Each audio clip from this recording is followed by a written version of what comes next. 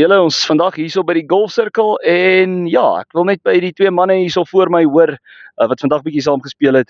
Wie is julle? Wat doen julle? En wat het julle gedink van die golfsirkel? Ek is George Prinsloo, besit LE Projects en designs, bou kaste, huise, enigiets wat jou hart begeer sal ek vir jou kan bou.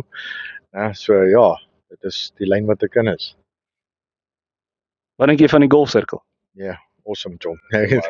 Jy weet.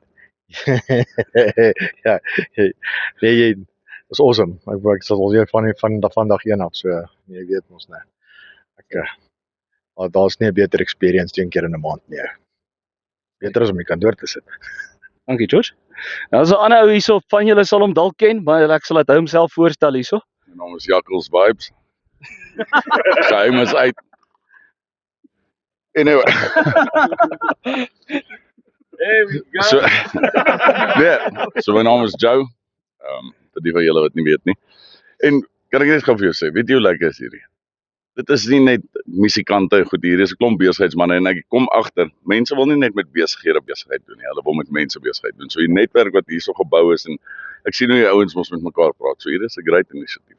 Mag volgende maand saam speel. Jy mag. Hou julle dit altyd op 'n Vrydag. Want Altyd party op 'n Vrydag Vrydag. het ek werk. Gewoonlik tweede laaste Vrydag, tweede of die tweede laaste Vrydag van die maand. Okay, nee man, dan sal ek hoor of ek kan kom. Dankie. Dankie. Dankie dat jy ons ondersteun. There we go.